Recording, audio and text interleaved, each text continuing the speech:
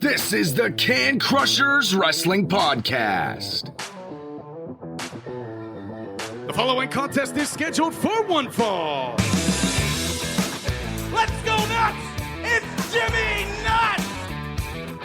Right out of the door! With your hosts, Mark Martinez. Because I'm the Mark and I'm awesome! The Guru. Today I'm going to break it down for all you simpleton sweat hogs listening out there in Can Crusher Nation. I don't mean to come out here week after week and toot my own horn, but toot. And the English Professor. It is I, the English Professor from the County of Kings, speaking the English of the Queen. Hey, this is former WWE superstar Duke, the Dumpster Drosy, and you are listening to the Can Crushers Podcast. And welcome back to another Can Crushers Spotlight. This one is going to be big. I mean big time big. But before we get to the interview, I want to welcome my co-host of sorts. This must be a big one because you're here, the English Professor, John Padalano. Thanks for having me, Mark. And as you said, it's not only big, it's big time. Yeah, this guy, John, let's stop beating around the bush right now. This guy is one of our favorites in IWC. He's one of our favorites in Imagine. In fact, he's one of my favorite matches of all time, beating up one of my favorites of all time. And we'll get to all of those. It's big time Bill Collier. He really is an awesome athlete, a special talent. And you and I, maybe you and I don't have as close of a connection to big time Bill Collier as our children do. Both of our children have had run-ins of sorts with big time. And we'll talk about that. But Ethan and Sylvan have had their run-ins with big time. They really have. Man, this guy is great, though, John. We've talked about him all year on the show, especially when we do IWC recaps. He does the fall-away slam like nobody's business. He does a really good one, and then he does a kip-up out of it. Has good matches regardless of the opponent, whether the opponent's a newbie, whether the opponent's a long-time seasoned veteran. You get a very good match and always the potential for match of the night on any card that features big-time Bill Collier. Scratch that, John. It's match of the year. Well, of course, yes, that is absolutely the case. But I'm saying on any given event, anywhere he appears, you've got the potential for the match of the night if he's on the card. Yeah, for sure. So we'll get into that interview with big-time Bill Collier. But first, we have to tell you about our boy Al Snow and Collar and Elbow. John, actually, like most of my stuff is in the wash right now because we were always transparent on the show. We haven't done wash in a week. We've been that lazy around the show this week. We have. It's been the holidays. Yeah, I get it. I'm a little behind too. And if I'm being honest, I'm wearing my son's baseball team's hoodie right now, which is, I'm not just saying this and I'm not knocking my son's baseball team, not as comfortable as my brand spanking new Collar and Elbow hoodie. Yeah, I agree. I have my new pit hoodie that the wife got me as long for Christmas, but not as breathing. But Collar and Elbow. Very well said. Hat, hoodies, tees, and pantaloons as well. And, John, we have a special promo code. What is it? It is Can Crushers. All one word, capital C in Can, capital C in Crushers. And if you use that promo code, guys, you'll save some money. Mark, how much will you save? 10%. That pretty much equals shipping anymore. Right? Just about. Yep. Just about. So, all right, here comes Al, and then we'll be back with big time Bill Collier and see if he feels sorry for what he did to our kids. Wrestling. A love and a passion we all share. I've started a wrestling brand. The wrestling brand. A brand founded on the aspects of wrestling. Two entities working together to create a product that connect emotionally for people everywhere. Collar and Elbow is the brand. Passion and love for wrestling is the drive. I am Al Snow, and this is Collar and Elbow, the wrestling brand.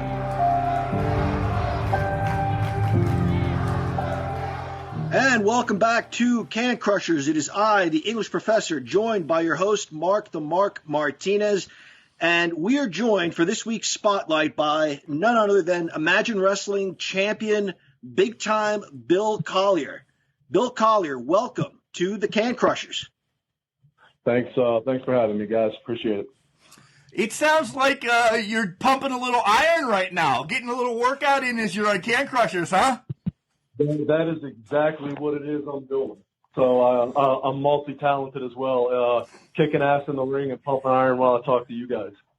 That's impressive. That is impressive. That's better than you eating a sandwich on the show, John. Yeah, it is more impressive than that. Was just two things. I was eating a sandwich and doing the show. He's pumping iron, wrestling, and doing the show.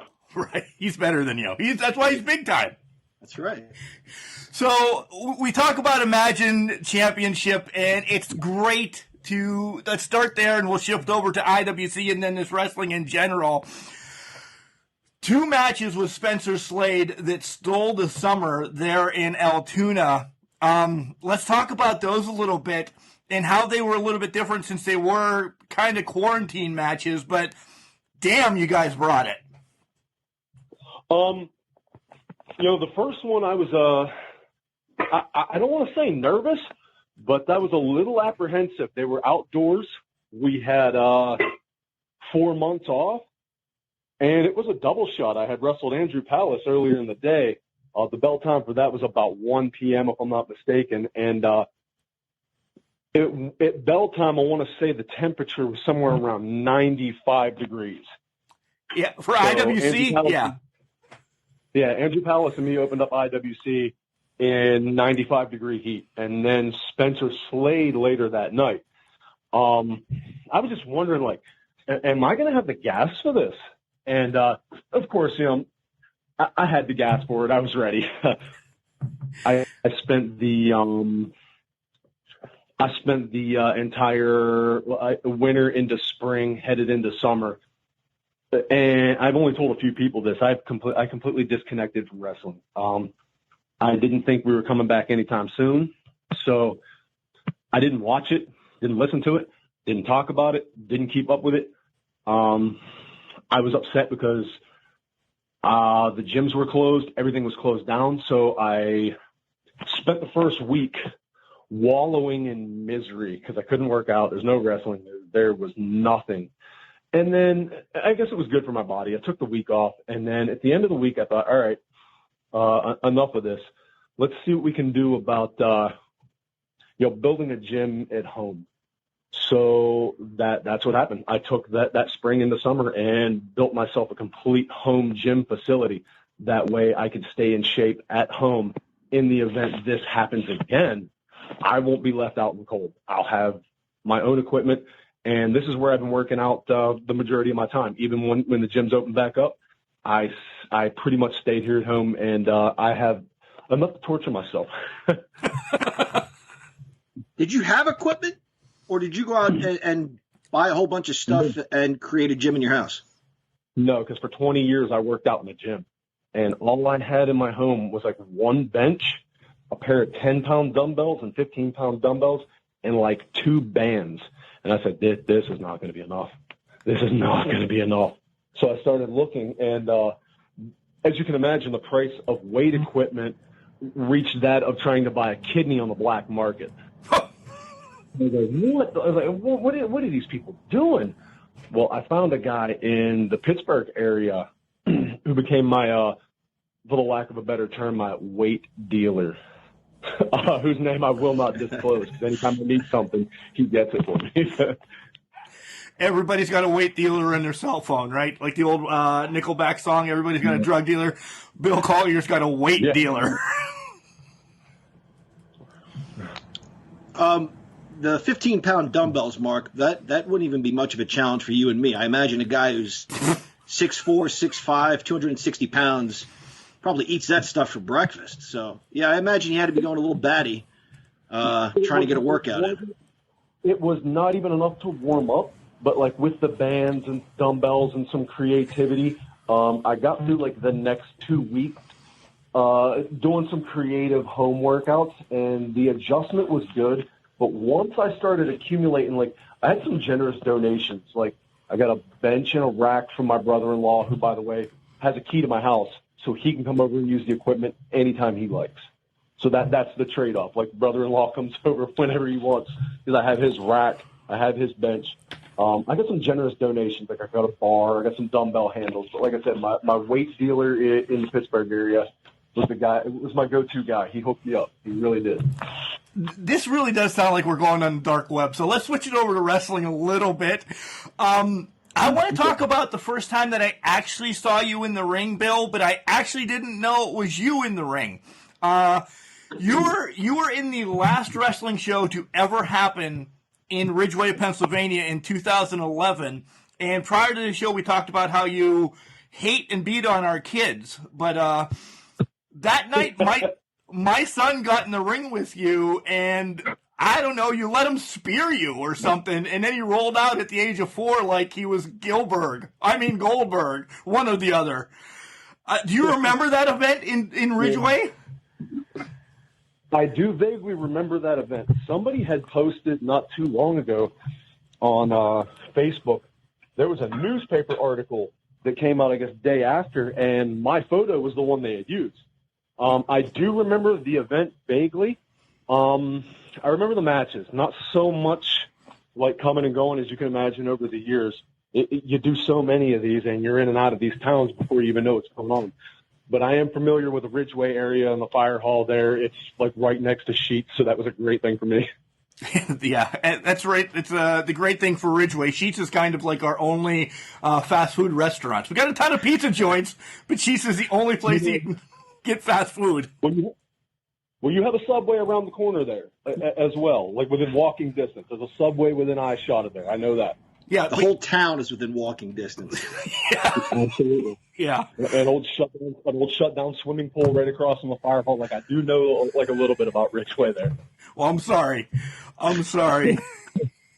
but I appreciate it. Yeah, I just wanted to bring up, I don't know, I was shocked to see that I know this, and then I was telling John prior that my wife's got a picture somewhere, and of course, could I find it? No, to be able to show you, but it's some IWC event, I'll make sure or Imagine event, I'll make sure I'll bring this to you and say, look, my son speared you, so, yeah.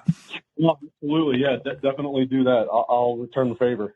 What, spearing him back? He's 14 now. Absolutely. Yeah. Yeah, he can handle it then. He can absolutely handle it. Right. Let's do the rewind real quick, and then we'll get into the tougher questions. Who introduced you to wrestling? Was it Aunt Sally, Uncle Bill? You know, who was it that said, man, you guys have to watch this? I'm not real clear how that happened, if you want me to be perfectly honest. It's one of those things that goes back so far that I can't remember a time without it. I can't remember, like you hear a lot of stories about, I would go to grandma's house or grandpa's house and they would have it on and they'd sit me down. I don't have one of those like stories because to me it seemed like it was something that was kind of always there.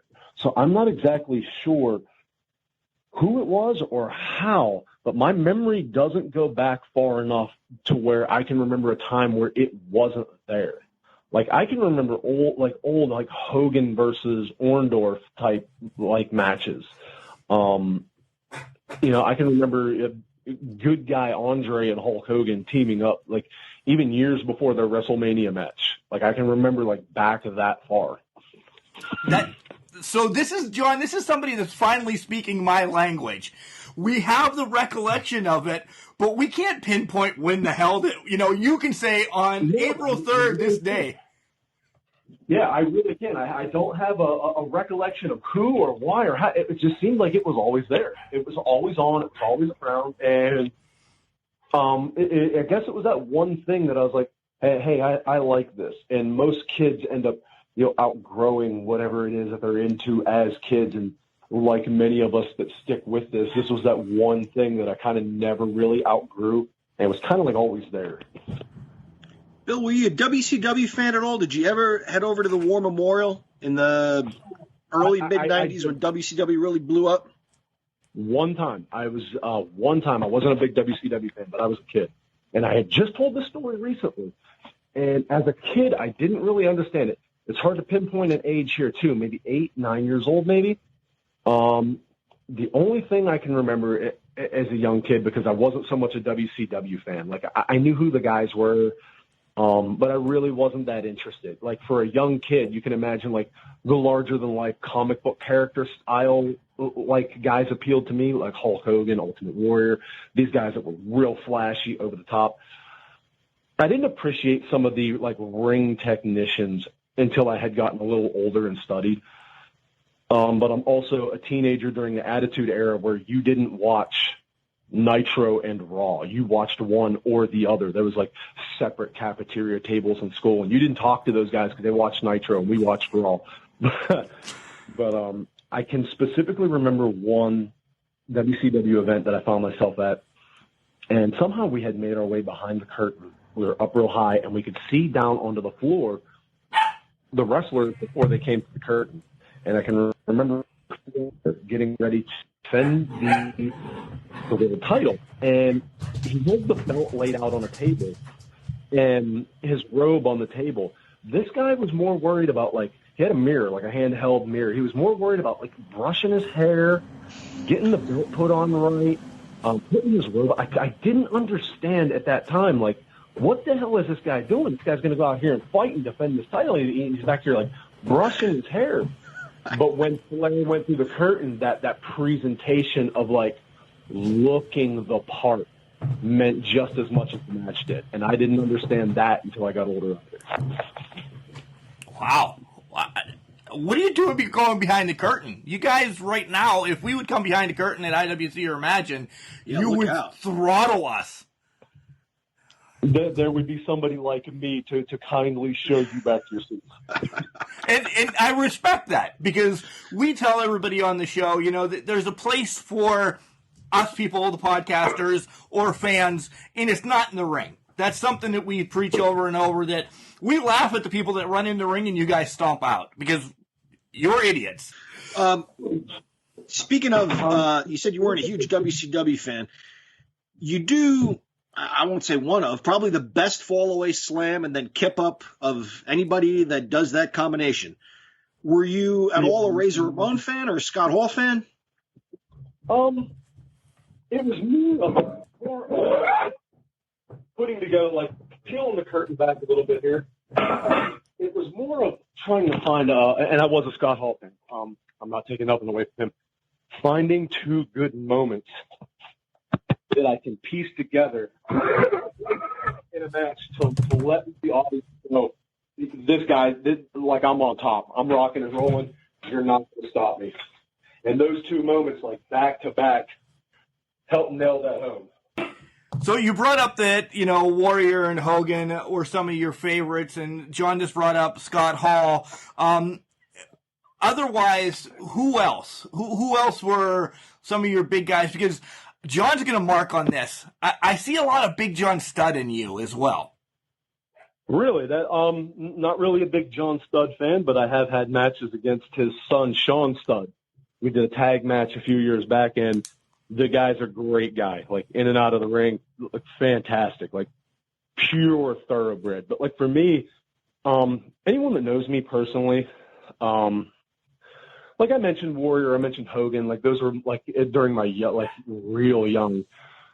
But as I got a little older, I would say, you know, double digits, maybe 10, 11. I really, like, The Undertaker really sucked me in, and he's been my guy ever since. So with this year being his retirement, like, official retirement, man, that was a piece of me that's my childhood, and everyone talks about that. Like, that's a piece of their childhood, because Undertaker's, like, around forever, but he's always been, like, my guy, my, like, number one. That's my guy. Go ahead. I'm sorry. No, my other, and I get a lot of flack for this, but it took me a minute to get on the bandwagon. And I miss seeing the guy around. But John Cena. John Cena's my other guy. Oh, nice. So I'm wrong with that.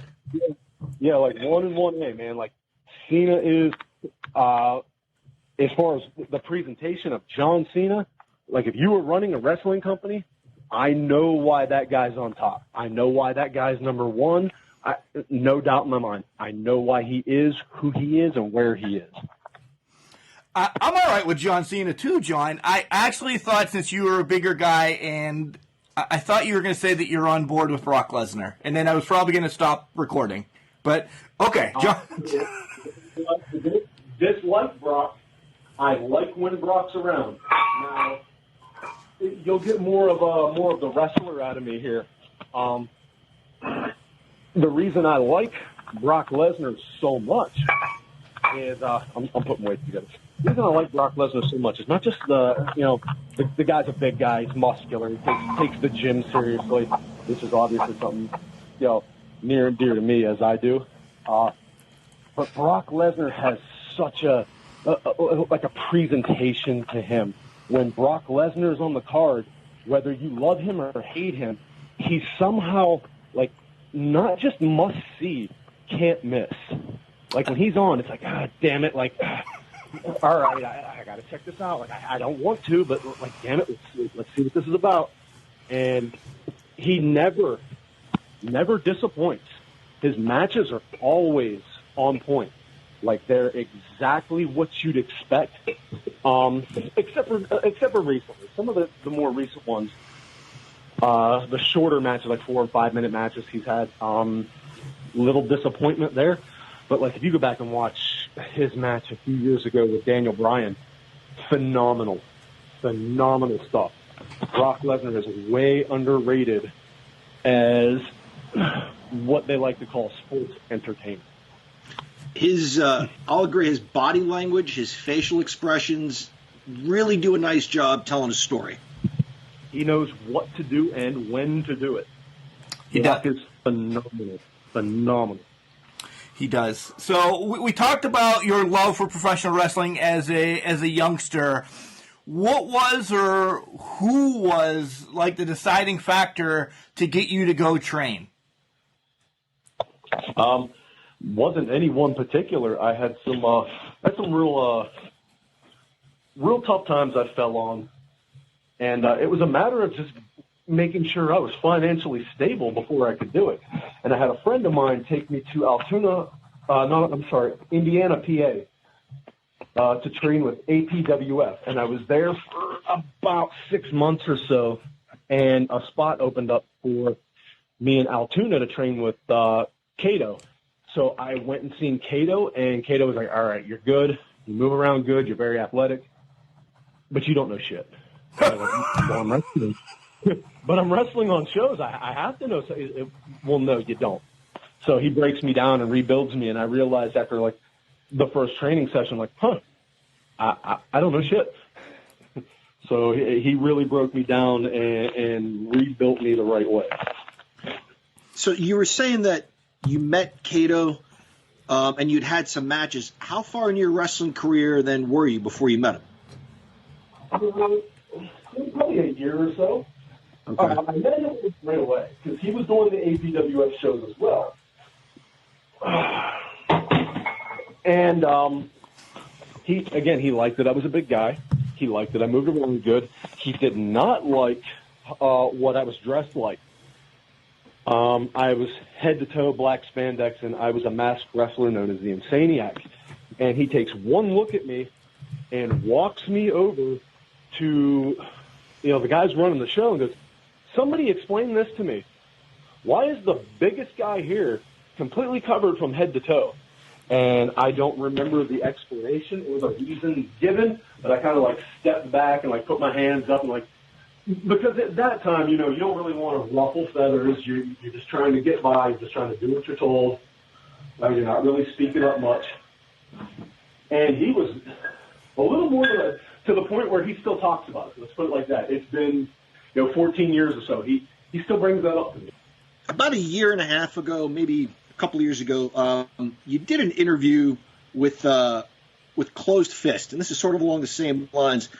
Closed Fist, I think, out of Western New York, and you gave a great answer. You talked about how you worked on the structure of a match for a couple of years, and then you worked on yourself for a couple of years, and then you worked on psychology for about another year or two. So we're in the 4 to 5 to 6 year range before you felt like a complete athlete, a complete wrestler. The business has changed in the last couple of years, the last few years. Do you think wrestlers today have that luxury, with the bigger companies saying we're going to work less, which is good. If guys today can work less and make more, that's great. But you think they're missing out on some of those formidable years? Yeah, a little bit. Territory days, of course I wasn't around for that. If you hear the way the territory days were explained, you didn't, you worked with different guys. You worked different loops, different territories. There was different styles, the way they worked matches, the way their audience responded to different matches. If you travel now, even on the indies, you mentioned like Western New York, in the Buffalo area, they will, the audience there responds to something totally different than they do like when I'm in Virginia. When I'm in Virginia, it's a totally different thing. It's more slowed down. It's that southern atmosphere. Everybody it's kind of like eggs, man, or chicken. Everybody likes it different. So you got to know where you're at and what the audience is into, and adjust your material accordingly. But as far as what some of the guys are missing out, I definitely think they're missing out on. Definitely think they're missing out on working as much, because even like with the WWE loop, these guys only wrestle with each other. They're on the same loops. They're doing pretty much, and this isn't me, trash talking WWE, but they're on the same loop. They're all wrestling the same guys. And people think that we put everything together like a dance step. Well, you really don't. If you work with somebody enough times, you don't have to put it together like a dance step. You kind of know your dance partners. So you can just kind of go out and do your dance. Yeah. But as far as I'm concerned, I like to work with different people. I like to see what they do different. I like to see what they like, how the audience is responding. If I'm on later, I'll watch some of the matches. Okay, this is what's working. This is what isn't. This worked really well. This didn't, and adjust my material accordingly. So we've watched, obviously, we've seen you wrestle live. We can go to YouTube and see a bunch of your matches. Some of the old timers talk about, I sent Pat Patterson tapes every month, or I called him every week or whatever. So those guys can find you now on YouTube. How do you go about marketing yourself? How does a wrestler market himself in 2020 and 2021? Are you still sending, obviously not VHS tapes? Mark knows I love the VHS. I still have mine. But how do you market yourself in this day and age? It seems like social media is the way to go now. With there being so much content and so much oversaturation, in my opinion, with content, social media is how guys are marketing themselves. If you do something cool on social media, or you do a cool move or some cool wrestling spot, it seems like people are into that. Like, oh, wow, check this out. And usually that's all you'll see is snippets of things, not necessarily full matches. But I think that's what's doing it now more than anything. Yeah, you see people showing stuff on Twitter, which, congratulations, you just joined. We'll get to all those social medias at the end of the show. But I recently noticed that one of your IWC running mates, the Daredevil, Johnny Patch, started a TikTok. Could we see Bill Collier on TikTok shaking his pecs anytime soon? I would not hold your breath for that. Just asking, because Johnny Patch is, and I thought, well, if you're going to kind of take some of the Johnny Patch way, I could see you on there. That's a joke. Joking aside, we do want to say congratulations. You have been on the PWI Top 500 for 10 years. That's amazing. You have superstars that are not on this list for 10 years. How much do you take into that you're on that list? I'm very fortunate that I am. We'll put it like that. It's almost like I can't believe that I have been. Like, looking back, it's something. It really is. I can remember the first year that I was on. The guy that wrote the top 500 was Dan Murphy, and he happened to be at an event, and he was there to see my ex-girlfriend, and also Corey Graves from WWE was wrestling on the show. It was actually his promotion. And afterwards, he came up to me and he said, "Hey, man, that was outstanding. I like your stuff. Do you want to be on the top 500? Yeah, of course. And then I started wrestling in ESW, which is in the Buffalo area. They wrestle in North Tonawanda, Buffalo, Niagara Falls area. And Dan Murphy lives in that area. So there's an opportunity for Dan to see me regularly develop and see me wrestle. It wasn't a thing of like, oh, hey, we're pals, we're buddies, put me on there. It was always it always boiled down to my work, which I was very happy that, I was considered to fit in a row. So I have to say this, you killed a portion of our childhood and even our 40s, because Mark and I, to this day, we look for that PWI 500 and we flip through it and we're like, well, Bill Collier's on there because he wrestled Andrew Powell, and we take it seriously. And here's just some story about, hey, man, you want to be in this thing? I want to be on it next year then. Yeah, I want to be in it too, if that's all it takes. Well, no, he was there and he watched me wrestle. So you have to wrestle. Okay. Oh. Yeah, absolutely. It wasn't a thing of, hey, I like you. You're my friend. You want to do this? Okay. It was my work that did the talking for me. All right. But so I may have misunderstood. No, he was absolutely. I don't know if he was impressed, but he really liked my stuff. He's like, hey, wow, I'm a big guy. If you see me wrestle, I'm a big guy. I move around good. Especially back then when I was a little younger. But he liked my stuff, and he always has. So that's kind of what did it there. Not so much like, hey, man, you think you got a spot here? You got 500 guys. Did you slide me in? No, that wasn't it. Damn it. We were hoping. I want to talk about one of my most memorable matches with you. It was August 1st, 2015, with one of my favorite wrestlers in IWC, Jimmy Nuts, and it took place at White Oak. And Nuts was champion. He'd just come back, just kind of back in the thing again.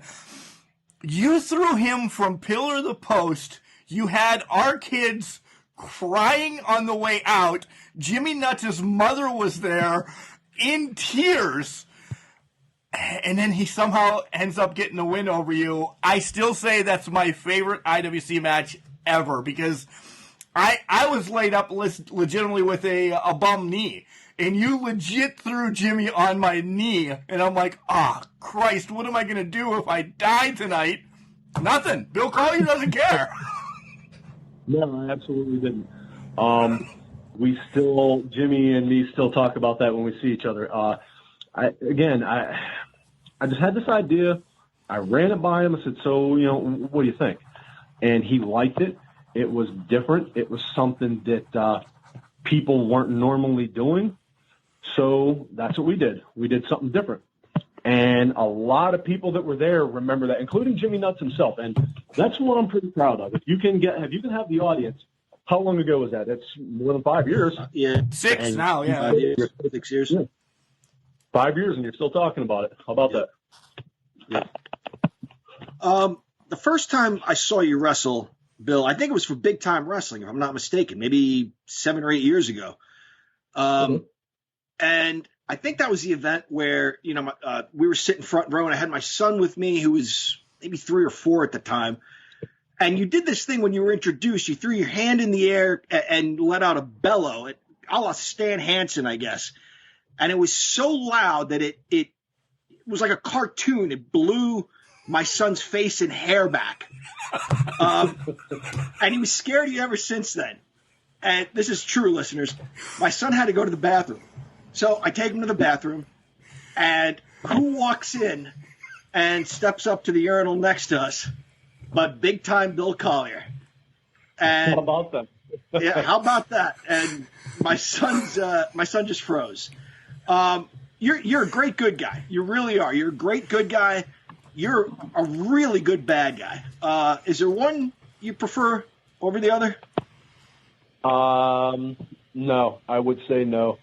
Some guys are better at one than the other.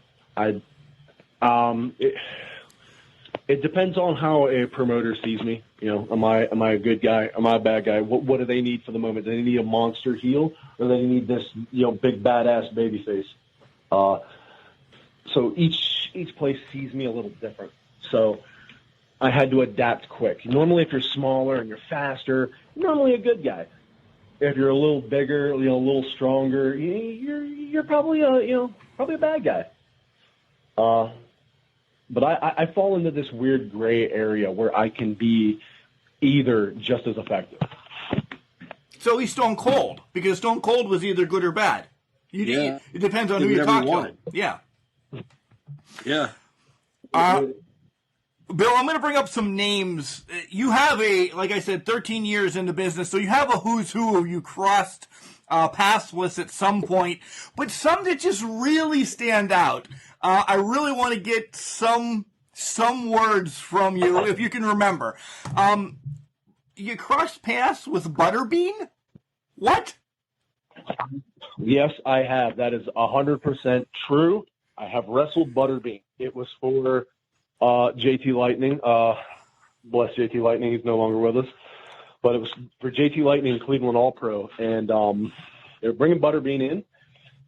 And I guess they were scrambling, looking for a guy that they thought could, look sizable to Butterbean. Because I don't know if you know this, Butterbean's a large gentleman. Yes, he is. And not just like look the part, but Butterbean's not a wrestler. So not just look the part, get Butterbean through it. Help him along. Make sure that this, the audience feels like they get their money's worth. So yeah, I wrestled Butterbean. I want to say that was summer 2009 or 10, possibly about 2009, 2010. Ish. Yeah, I didn't write down the dates. I was only wrestling for maybe 2 years, and then I get a call like, "Hey, you're going to wrestle Butterbean here." I'm like, "Oh, yeah, fantastic." I'm trying to think if there's anybody that would be like, "Wow, like you really did that?" But yeah, Butterbean definitely comes to mind first. Like when you talk about like a who's who of who you wrestled, Butterbean is on the top of that list for sure. Yeah, because it's so unexpected. And when I saw that, I'm like, what? So you said that Butterbean, we all know Butterbean's a bigger guy. When you fought the Blue Meanie, was it kind of the same thing since, he's a thicker guy as well? You just got thrown into that match? I wrestled Blue Meanie. I probably had less than 10 matches. So Blue Meanie was, and he knew that, and he was very, very receptive to working with me, very receptive to getting me through it, helping me along, explaining why we were doing things, where we were going. Also, my fourth wrestling match ever, I was in a 6-man tag against Abyss. So, that's kind of how I started. 4 matches in, I'm wrestling Abyss, and 10 matches in, Blue Meanie. So that I was getting thrown into the fire pretty quick. And like I said, still didn't know a damn thing about what I was doing. So those guys were instrumental in helping me out. I would imagine in that regard then, while they're similarly sized, obviously Blue Meanie, accomplished wrestler, comes from that background. So probably very different circumstances from when you wrestled Blue Meanie as opposed to Butterbean. Completely. Yeah, now sure. I'm not taking anything away from Butterbean. Butterbean was a fantastic gentleman, and nothing but a gentleman. It was a pleasure to be around. Fun, really fun to talk to. But as far as like being out in the ring, you want to be out there with Blue Meat. See, I was a Bart Gunn fan back in the day, so Butterbean is still a sore subject for me. But I'll take your word for it that he was a really good guy. Oh yeah, absolutely, great guy. Butterbean recently just joined TikTok too, so him and Johnny Patch have two things in common. One, they're on TikTok, and then I won't let you. You guys can guess what the other one is, but nonetheless, we love Johnny Patch. But Johnny Patch is a guy I wouldn't mind beating up sometime soon. See, there you go. Stir the pot. Let's go with this, John. That'd be a good match. Book that, Justin Plummer. We know you're listening. Yeah, he's a guy I could beat up sometime soon.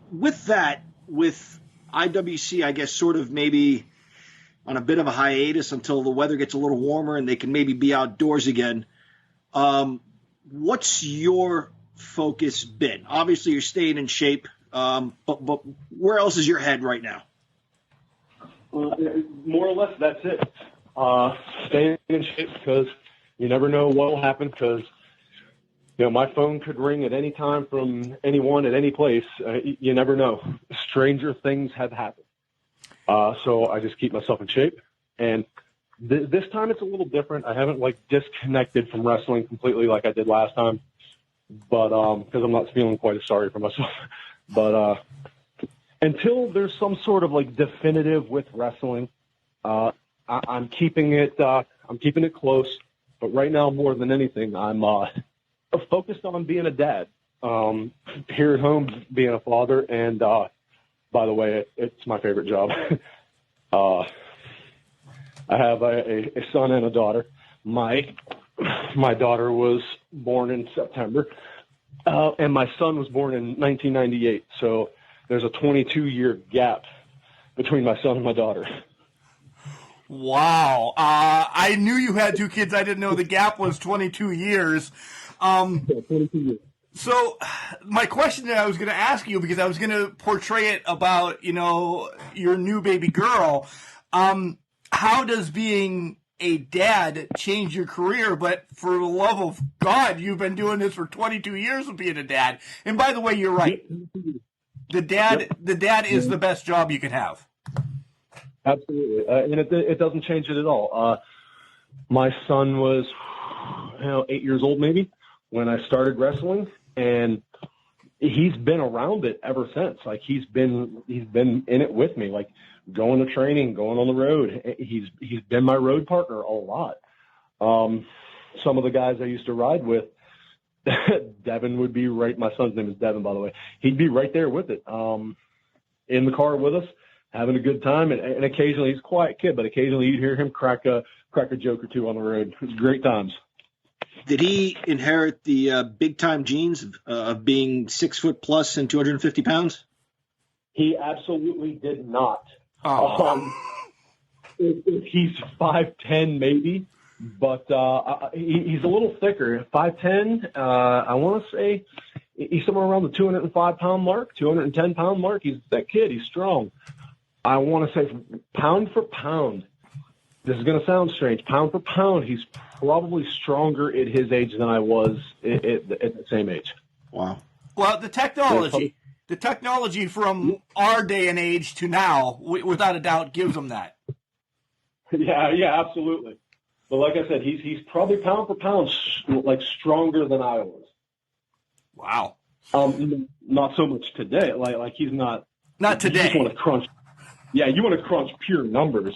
I'll blow him away. But pound for pound, yeah, he's probably stronger at 22 than I was at 22. That's a great dad remark, by the way, John. We both would have said that. We could still crush Ethan or Sylvan if we had to. Absolutely, yeah. Right now, if they want a tag team match, we'll do it right now. Yeah. Absolutely. Let's get into some of your nerdy things and take a break from wrestling. We hear you working out. We know you're working out, but you have a body that John and I can only hope for on a wrestling game, but you have to have a guilty pleasure. Are you a pizza fan? What do you just mow down when you get the day off? Pizza. Pizza's my number one. And a lot of people are blown away when they hear this. I don't. I'm not on a special diet. Like, I'm not carb counting. I make sure I get my protein, but I'm not like carb counting, not fat counting. I'm not like, well, this many macros and this is my meal plan. As long as I'm eating every 2 hours, I eat whatever I want, just sensibly, of course. Like, I'm not chowing down like pizza and burgers every night, but if it comes up during the week, it's not off the menu. I eat whatever I want. I eat in moderation. I eat every 2 hours. Maybe a little heavier than a normal person, but for someone my size, perfectly normal appetite, and I eat whatever I want. I am in no special diet. John, after 3-4 years of this show, I still don't understand what that word moderation means. You really have to help me out because you don't know what that word means. I don't know. How about some of your nerdy stuff? Your son's 22. The baby's not playing video games or anything yet. I mean, are you guys the video game heads or anything like that? My son is, yes. But me, not so much. I have a few video game systems, but I'm not too big on them. Like, I'll get bored every once in a while, and I'll kick on a video game system. I hate any of the new wrestling games. Yeah. For someone like me that grew up in the 8-bit graphic era, some of the new video games, they're a little tough to deal with. No kidding. But it seems like the setup takes forever. Yes. Yeah, a whole match could have happened on the Nintendo or Nintendo 64 by the time you get a headlock on somebody right now. It's horrible. I agree. Yeah, absolutely. Simplify that, man. It's just like we say in the ring. Simplify that. Work smarter, not harder. But it's like some of the. It's hard to say, like some of the nerdier things. Like, not a real big video game guy. What I do enjoy is summer weather because I like being outdoors. Like, my motorcycle's a big deal for me. Anyone that knows me personally knows that my motorcycle's a big deal. Like, I ride. That's what I do. Nice. What do you have? Yeah. I have a 2004 Suzuki Hayabusa that I bought brand new in 2004, and I've had it ever since. Excellent. A lot of people picture me like on a big Harley, like Street Glide or something like that. And I got to be honest, they look pretty, and I'm very tempted. But I've had my motorcycle for, what would it be, 16, 17 years now. It's hard to let go, real hard to let go. Getting back to wrestling just a little bit, earlier you talked about the fact that there was a period where, recently you didn't think about it. You kind of put it aside for the time being. Has the Pittsburgh Pro Wrestling Classic been on your mind? And we'll dig a little deeper into what transpired there, but the way it ended, is that providing any motivation for anything you're doing? Is Andrew Palace on the brain with every rep that you're doing? Absolutely. And the only reason he is because he's the IWC heavyweight champion. I would be lying if I said that wasn't a goal of mine. It absolutely is. For a lot of years, I've never been a regular at IWC. I was kind of like there, then not, then there, then not. And just recently am I dug in at IWC and fairly regular. And from afar, I've kind of looked at the IWC title while being out and being champions, in Erie at Revenge and ESW, and I've been champion at Greektown and like Imagine now and a bunch of other places. The IWC title was one that I've always kind of looked at from afar and was like, if there were a list of titles of places I've been that I really, really want, that's one of them. And now I have an opportunity. I'm not saying I have a title shot coming, but like there's a possibility that like if I get slid into that challenger role for that title, I'm not going to take pity on Andrew Palace. I'm not going to feel sorry for Andrew Palace. I am going to do whatever I need to do to become IWC heavyweight champion.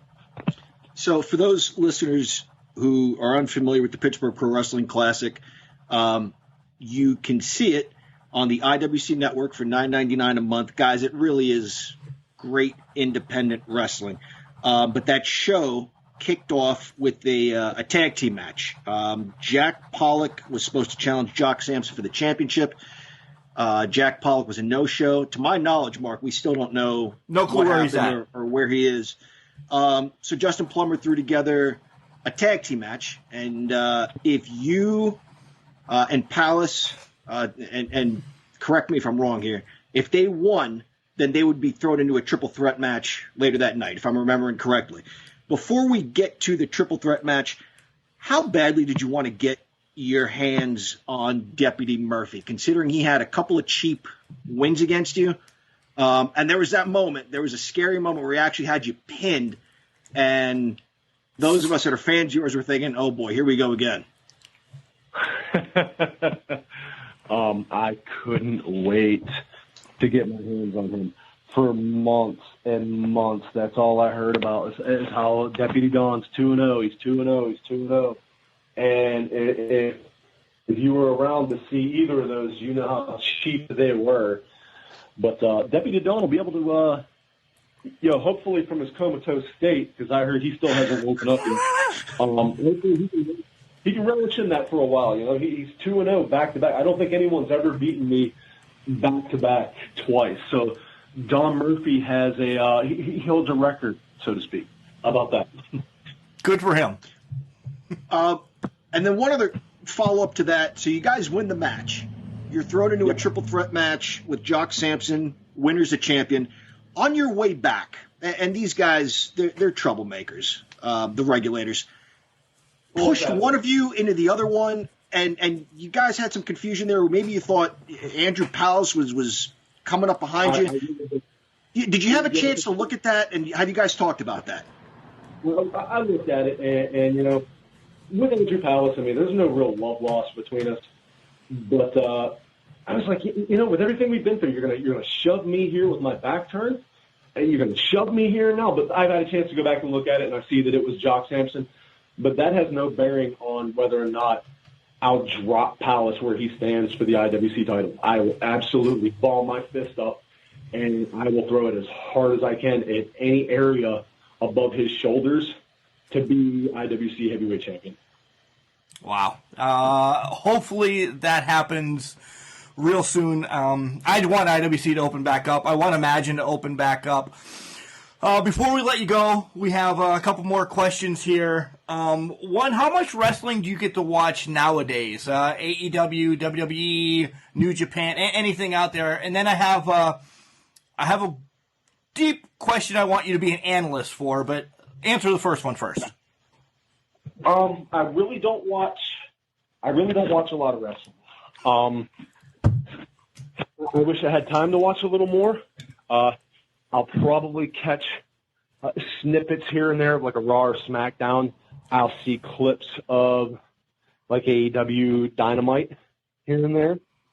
I'm on a really busy schedule, so I don't get much time. Normally when I'm with my son, he will stop me, sit me down, and be like, you have to watch this. And we'll sit and watch wrestling event. But for the most part, I don't get to watch as much as I'd like to. Oh, okay.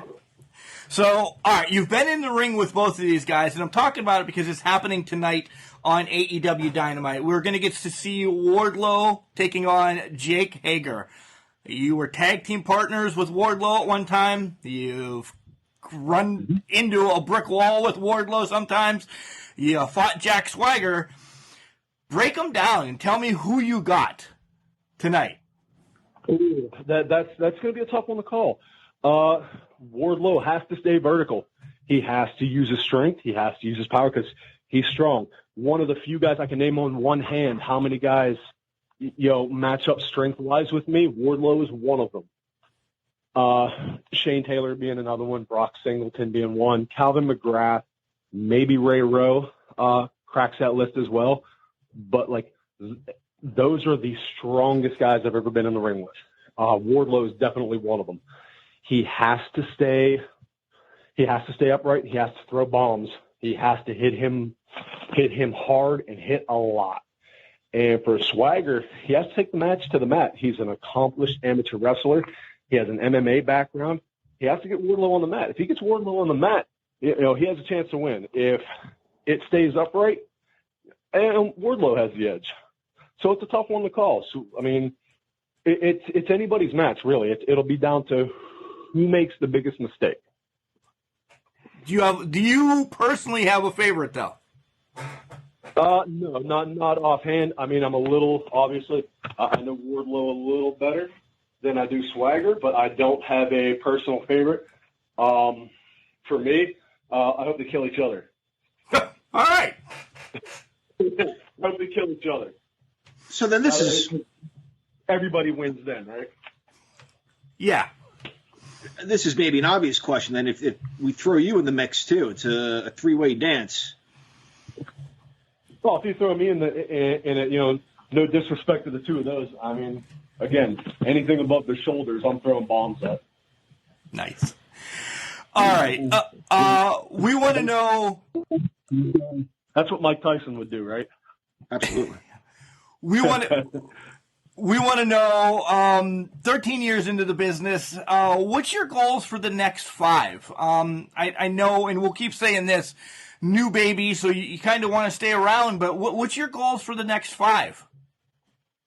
Obviously, the same as it's been. It's an easier time now than it's ever been with there being 2 major wrestling companies. There's a lot of opportunity, but a major contract in wrestling would be, is what the goal is for sure. Is there any chance of some of the guys, like we've had Jimmy Nuts on here, and he talked about Elias being in the WWE. Obviously, your old partner Wardlow's in AEW. Is it common for someone to throw a name around and say, hey, I have someone who I think could work. You guys ought to look at him? I've done it, on the indies. You need a big guy. You're looking for a big guy. I have, I know of a guy, and I would mention somebody I think fits the bill. Nice. So it's hard to say at that level when they're throwing around, it's easier to pay somebody a few $100s this for, a 6-figure contract. That's, right. That's a big, hey, my guy over here. Let's give out everybody your social medias because you're so good at that, but maybe you should have somebody run them, but at least people can give you a follow or, reach out to you, and then, merch or anything that you want to sell as well. Right now I'm a little short on merch, but anytime I'm at an event, I should have something for you. You can follow me on Twitter at Big Bill Collier, Facebook, Bill Collier. You can give me a follow there. See what I'm up to, see what I'm doing.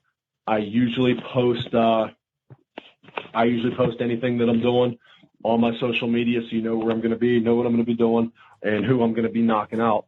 So go ahead and give those a follow.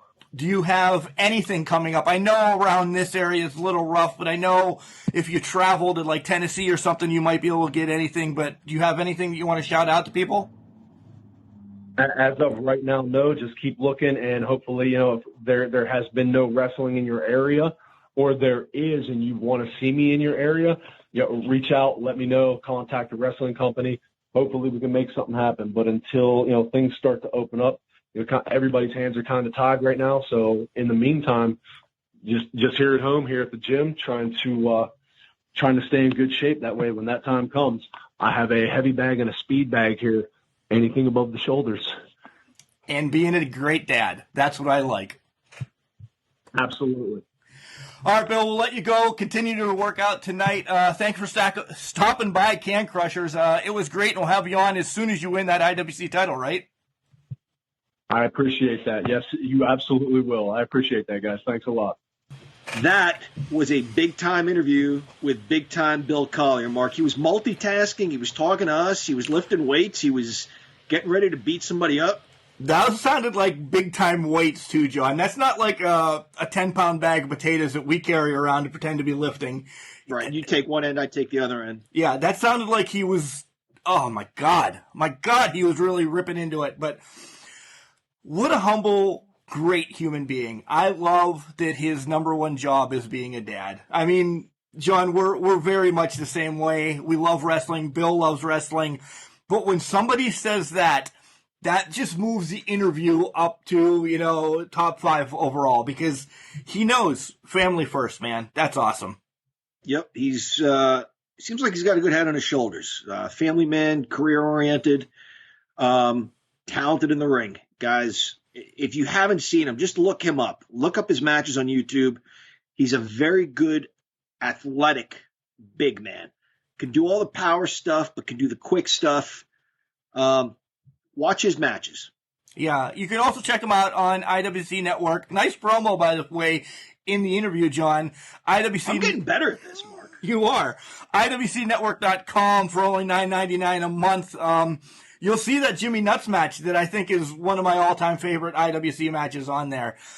John, and I know I dropped some stuff on you. How about the comparison between Butterbean and Blue Meanie within his first year? That's amazing. Yeah, that is pretty wild. And again, other than, the outwardly appearance, it was night and day for Big Time because he was wrestling somebody with a good number of years under his belt versus zero experience. That's like wrestling me and you. That's right. And strong words towards IWC heavyweight champion right now, Andrew Palace. He better have his head on a swivel. He better. They've been in the ring before. Palace is tenacious, but I would give the edge to Big Time, not just because I'm a big fan, but I just think he's a better wrestler. Wow. Yeah. And I'm an Andrew Palace fan too, but you watch those guys in the ring, which we have, Big Time, he bumps him around. He does bump him around. We didn't come across talking about Back in Business, which was kind of our IWC match of the year when Palace and Collier brought it back from quarantine. I don't know why we skipped over it, but we kind of touched on that, right? Yeah. He opened there and then we shifted the haul ass somewhere else. Yeah. He did a 2-a-day. That's old school. That is old school. Yeah. That's from Pittsburgh, or it was Brownsville, to Altoona. Yeah. That's awesome. So Imagine heavyweight champion as well, him and Slade. I know Imagine has a collection out there as well that you can buy kind of when you're at the events. Those are 2 great matches as well. Big Time Bill Collier. Guys, let's get his name out there. Let's get him looked at by any one of the big ones because he deserves to be there. He really does. If he wins the IWC belt, he could be 2 belts, Bill. I'm sure he'd love that nickname. I hope he punches you first, then me. Big Time's better, but think about it. 2 belts, Bill. Remember, John, just because you're trash with that comment, it doesn't mean you can't do great things. It's called a garbage can. Not a garbage cannot.